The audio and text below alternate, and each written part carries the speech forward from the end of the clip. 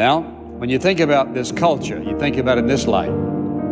A culture like you and I live in is certainly not a big friend to Christians.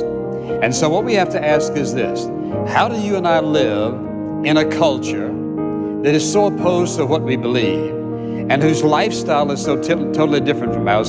How do we live in a culture like this without being captivated by it, overwhelmed by it, overcome by it, and most of all, without becoming like it?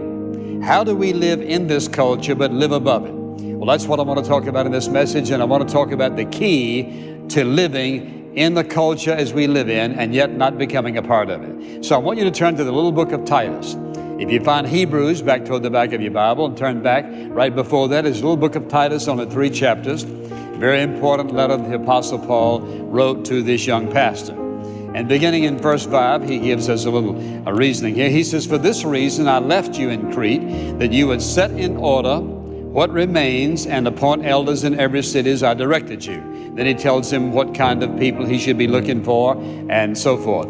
Then he comes to verse 9, and he talks about one of the key qualities that these people are to have, and that's this: holding fast the faithful word, which is in accordance with the teaching, so that he will be able to both exhort in sound doctrine and to refute those who contradict. Now, how do we live in this culture and at the same time live above it?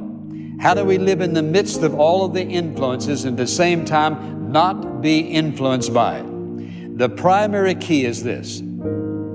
What did he say? Hold fast the faithful word, which is in accordance with the teaching.